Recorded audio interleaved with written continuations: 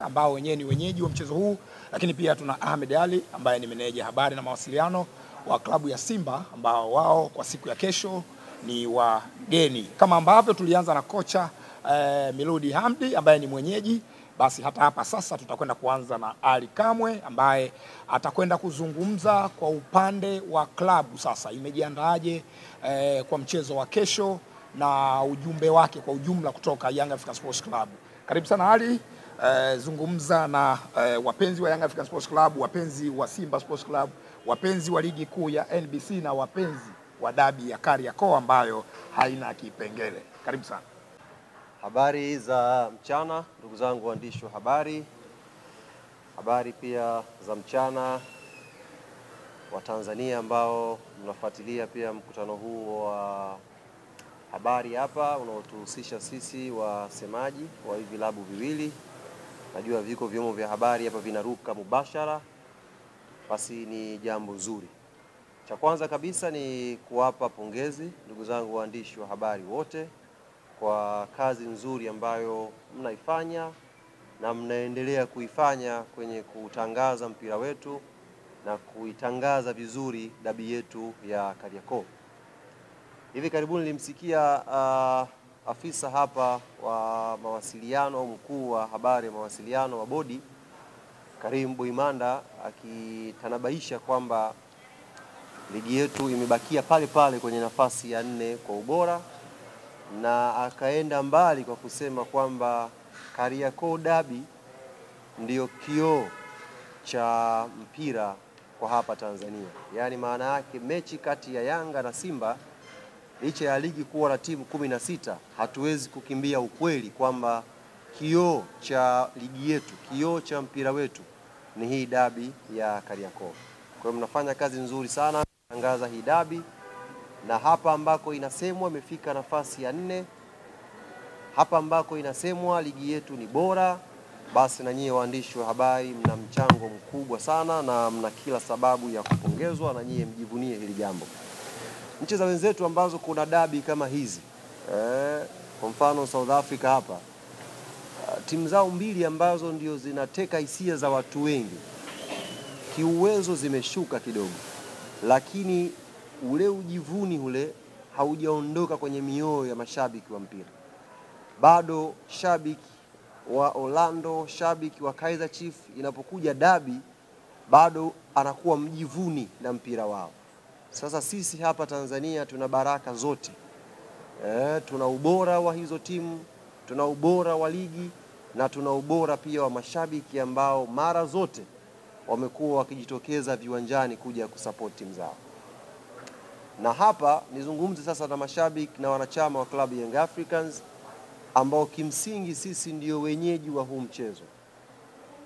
Na hata hii nafasi ya kuzungumza wa kwanza isingekuwa uwenyeji, bado hadhi yetu ya kuongoza ligi pia ingetubeba. Ningeanza kuzungumza kama kinara wa ligi, alafu timu nyingine zinazofuatia chini zingekuja kuzungumza. Kwa hiyo tuna nafasi kubwa sana ya kutamba, ya kuvimba na kujivunia kuelekea siku ya kesho. Mchezo huu ni wa kwetu. Kikanuni ni mchezo ambao Young Africans tuko nyumbani. Hivyo tunatakiwa twende tukathibitishe kwa vitendo kwamba ni mchezo wa nyumbani, na tuwe sehemu kubwa ya mashabiki ambao wataingia Benjamin Mkapa. Namba kubwa uwanjani ikawe mashabiki wa Yanga. Namba kubwa ikaonekane ni rangi ya kijani na njano ndiyo imeshamiri ndani ya uwanja wa Benjamin Mkapa kwa ajili ya kuwasukuma, kuwapa hamasa na morali wachezaji wetu waweze kutupa furaha. Wiki hii kila mtu anaandika la kwake. Bwana Pacome amka hivi, Max amka hivi, fanya hivi. Lakini hayo yote ambayo tunatamani na ndio kiu yetu yaonekane kesho Benjamin Mkapa, tutawatia unyonge kweli kweli hawa wanajeshi wetu kama watakuwa wanatoka kwenye tunnel pale alafu wanayanga tuko wachache. Tutakiwa tuje kwa wingi, tuje kwa namba kubwa, na tuje na sauti zenye nguvu kwa ajili ya kuwapa nguvu wachezaji wetu waweze kutupambania. Kitaalamu ishazungumzwa sana hapa umuhimu wa point 3 za kesho. Makocha wamezungumza hapa, players wamezungumza. naamini kila mmoja wetu anajua umuhimu wa alama 3 za siku ya kesho. Basi hizo alama pia sisi wanachama na mashabiki wa klabu ya Yanga tuna jukumu la kwenda kuzipambania, kwenda kuzitafuta. Sauti zetu ndio silaha ya kwenda nayo kwa Mkapa, tukaishangilie timu yetu, tukawape morali wachezaji wetu, na inshallah baada ya 90 tutaondoka tukiwa washindi ndani ya Benjamin Mkapa. Naamini leo tiketi za VIPB zinaweza kumalizika. Naamini kwa sababu namba zinaonyesha zinakimbia vizuri. Lile eneo la mzunguko ndio eneo ambalo bado halijachanganya. Lakini naamini kwa hamasa ambayo inafanyika siku ya leo, kwa namna ambavyo wadau wa football wameshaziona hizi timu kwenye viwanja vya mazoezi, wameshasikia walimu, wameshasikia maandalizi, basi na leo tutakwenda kukimbiza zaidi pia hilo eneo la mzunguko. Na hii Karim, nitumie fursa hii kuwaambia mashabiki wa mpira Tanzania, kama tutasubiri ifanyike hamasa kubwa ndio tutamani kwenda kuiona Kariakoo Derby, basi na sisi mashabiki wa mpira tutakuwa tutendei haki mpira wetu. Kama hii ndiyo mechi kubwa, ndiyo kioo cha ubora wa mpira wetu, ndiyo mechi ambayo tunapokea watu wengi kutoka nje. Kaka yetu Msigu amesema sasa hivi mechi ya derby imeshakuwa bidhaa ya utalii. Yaani serikali yenyewe sasa haitazami kwenye jicho la mpira tu, inatazama kwenye jicho pia la utalii. Kwa maana wana namba rasmi za wageni ambao wanatoka mataifa mbalimbali kuja kwa ajili ya derby. Na nyinyi ndugu zangu waandishi wa habari, mpo kwenye platform,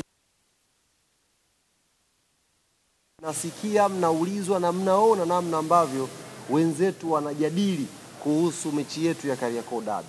Kwa naamini ni mchezo mkubwa ambao wewe mshabiki wa mpira hapa Tanzania una kila sababu siku ya kesho, wewe na familia yako na jirani yako, kuja Benjamin Mkapa kuenjoy. Uzuri bwana, dabi hii wenzetu Azam TV wametupa slogan nzuri sana. Nzuri sana. Tumeshaamini bora. Si ndio bwana? Timu zote ziko bora. Refari katikati ni Ahmed Arajiga. Automatic dabi inakuwa haina kipengele. Hii nalo nikosa hili. Yaani automatic kwamba timu zikishakuwa bora. Na katikati yupo Ahmed Arajiga.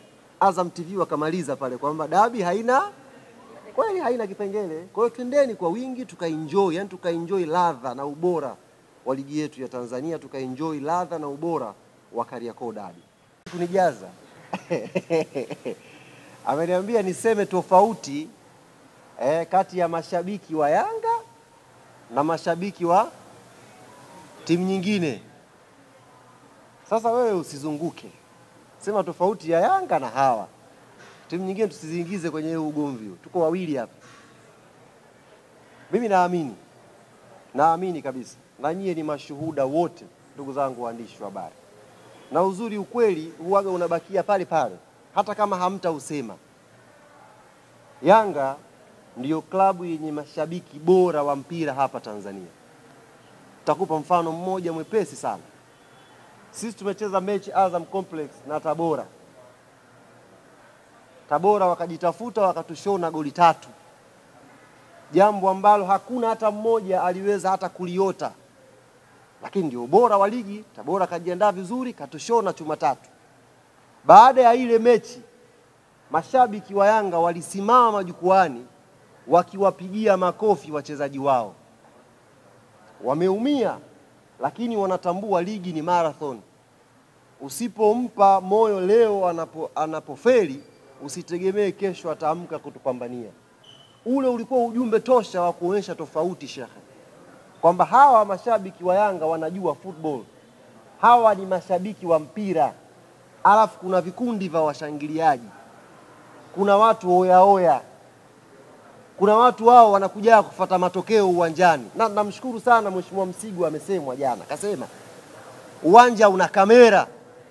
Sasa hivi tutatafutana moja baada ya mwingine. Uking'oa kiti tuna wewe. Sasa hiyo mifano miwili shekhe inatosha kukuthibitishia kwamba Yanga ndiyo timu yenye mashabiki bora wanaojua mpira. Hata ikitokea wamepata matokeo mabaya, Yanga huwa wanadili na ya kwao, wanakwenda nyumbani.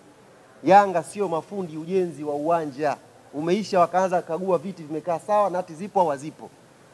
Narudia tena, dabi ya kesho haina kipengele ndugu zangu.